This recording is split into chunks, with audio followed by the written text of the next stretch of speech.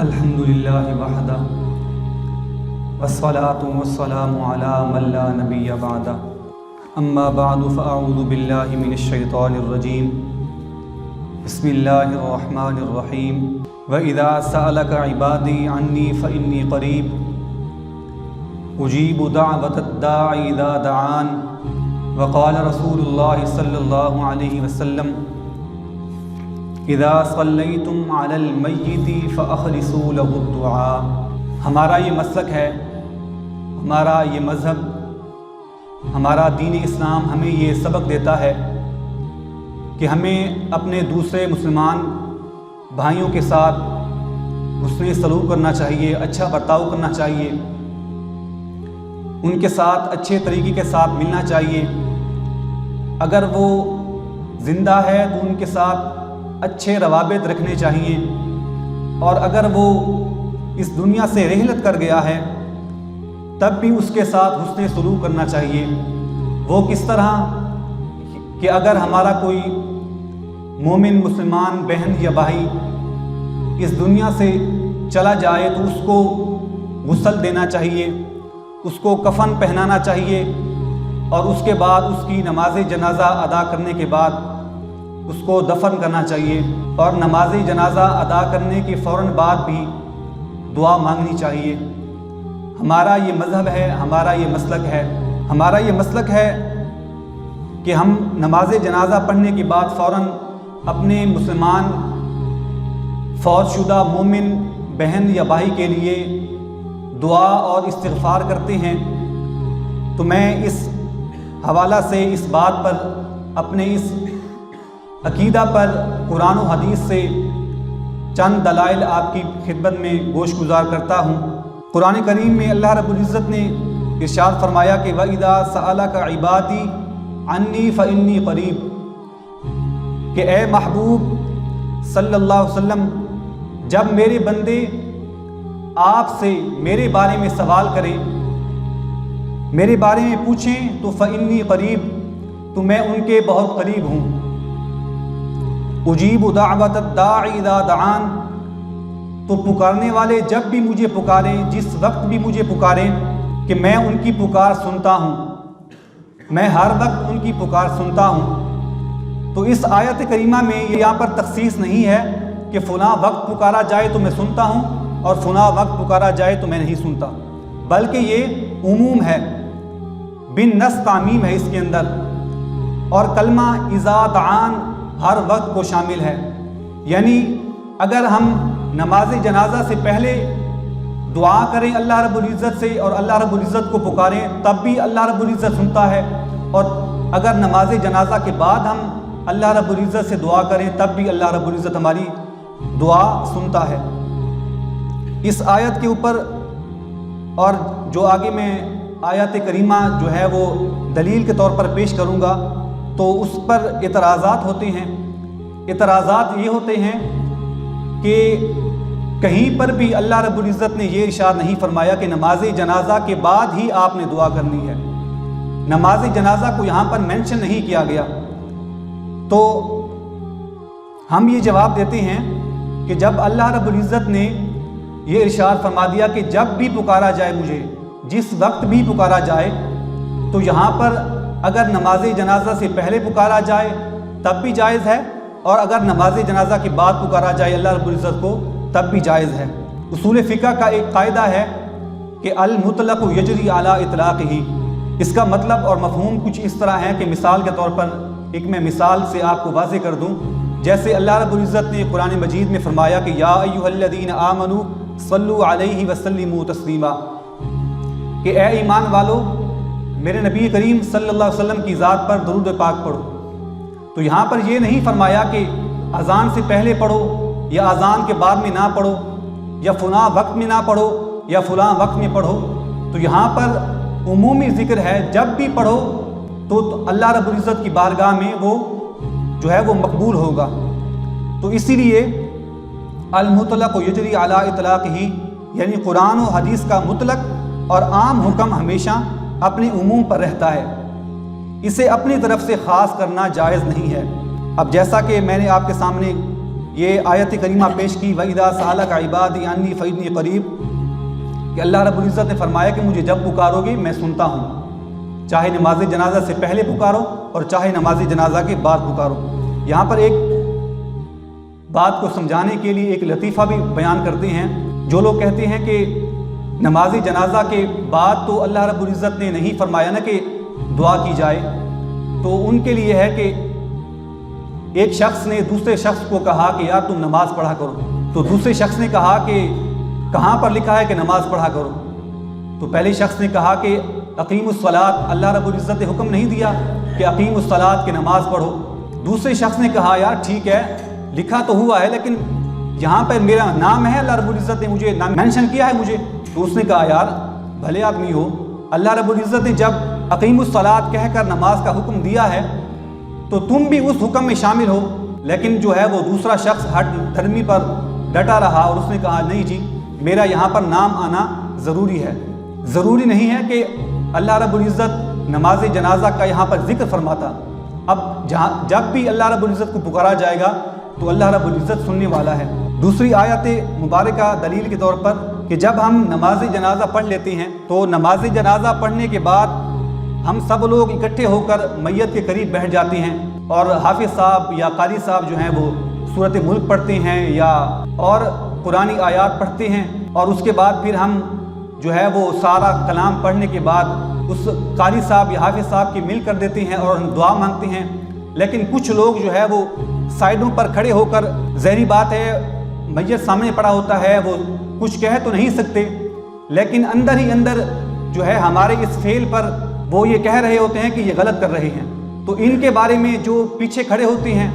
میں ان کی بات نہیں کر رہا، جو مطلب ساروں کے بارے میں نہیں کہہ رہا، کچھ لوگ ہوتے ہیں جن کے ٹانگوں میں پاور ہوتی ہے وہ کھڑے ہو سکتے ہیں، لیکن ان کے بارے میں کہہ رہا ہوں کہ جو دل ہی دل میں تمسخر اڑاتے ہیں ہمارے اس فعل پر۔ اللہ رب العزت نے ان کے بارے میں کیا فرمایا کہ إِنَّهُ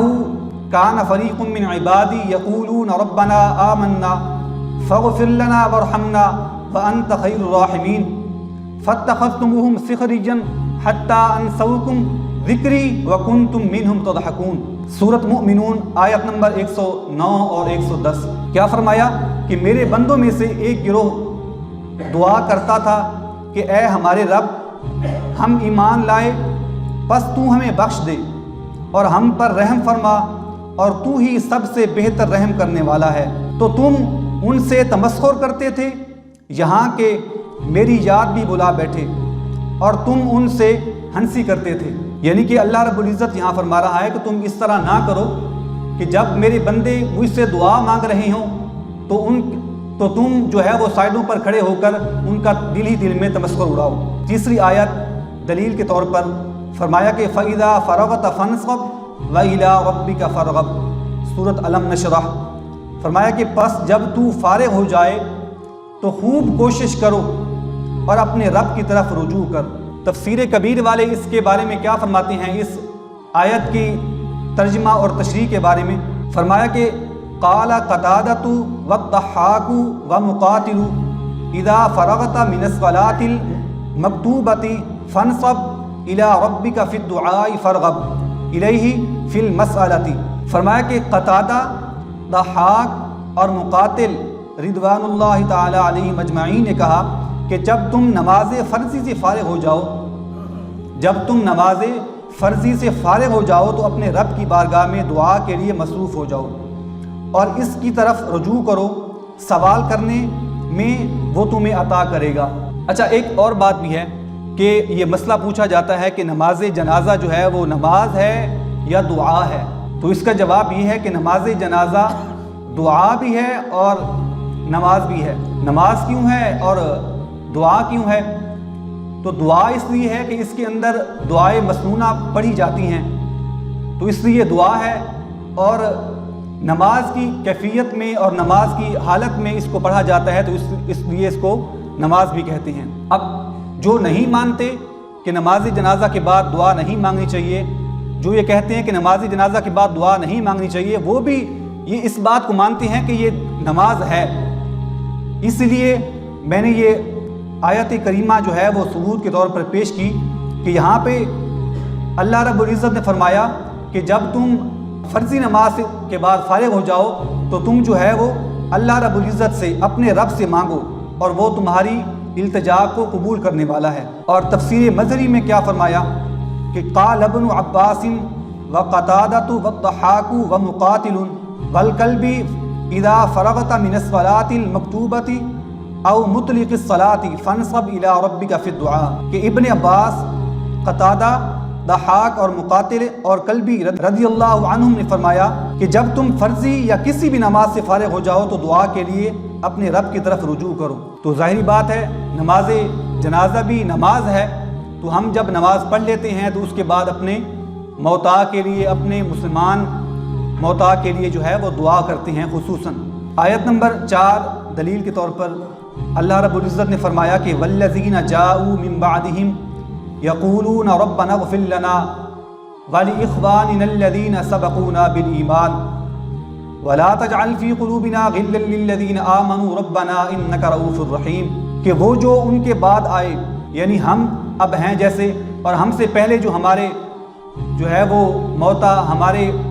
فوت شدگان جو ہم سے پہلے چلے گئے ہیں، مومن مسلمان بہنیں اور بھائی، ہم جیسے ان کے بعد آئے ہیں،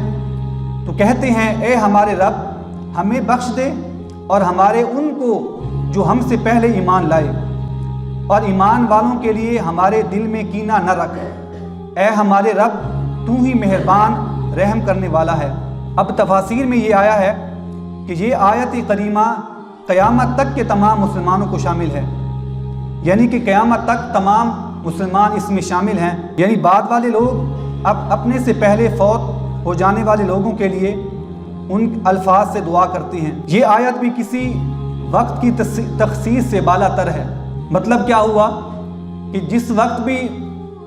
دعا مانگتے ہیں اللہ رب العزت ان کی دعا کو قبول فرماتا ہے۔ اب یہاں پر یہ ہے کہ کیا یہ آیت قیامت تک کے تمام مسلمانوں کو شامل ہے یا نہیں ہے؟ تو تفسیر قرطبی والے نے یہ فرمایا ہے کہ والذین جاءوا من بعدہم یعنی التابعین ومن دخل فی السلام الی یوم القیامت۔ اور آگے تفسیر مظہری والے کیا فرماتی ہیں کہ والذین اے من بعد المہاجرین والانصار وهم الذین اسلموا بعد الفتح والمؤمنون بعد الفریقین الی یوم القیامت۔ اسی طرح تفسیر مدارک والے کیا فرماتی ہیں یعنی من بعد المہاجرین والانصار وهم التابعون لهم الی یوم القیامت۔ اور تفسیر خازن والے کیا فرماتی ہیں کہ قال عمر رضی اللہ عنہ دخل فی هذا الفی کل من هو مولود الی یوم القیامت۔ اب ان تمام کا مختصر ترجمہ کچھ اس طرح ہے کہ یعنی مہاجرین اور انصار کے بعد آنے والے تابعین اور قیامت تک آنے والے تمام اہل اسلام کی یہ صفت ہے کہ وہ فوت ہو جانے والے مسلمانوں کے لیے دعا کرتے ہیں۔ اور حضرت عمر کیا فرماتے ہیں؟ اور فرمایا کہ حضرت عمر رضی اللہ عنہ نے فرمایا اس امر میں ہر وہ شخص داخل ہے جو روز قیامت تک پیدا ہوگا، یعنی روز قیامت تک تمام مومن مسلمان یہی دعا کریں گے اللہ رب العزت سے کہ اے اللہ ہمیں بھی بخش دے اور ہم سے پہلے جو بھی ایمان کے ساتھ اس دنیا سے چلے گئے ہیں ان تمام کو بخش دے، ان تمام کی مغفرت فرما۔ تو ہم بھی اسی طرح ہے کہ نماز جنازہ کے بعد ہم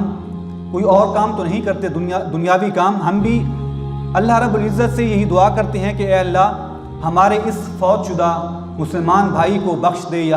ہمارے اس فوت شدہ مسلمان بہن کو بخش دے۔ اور ایک اور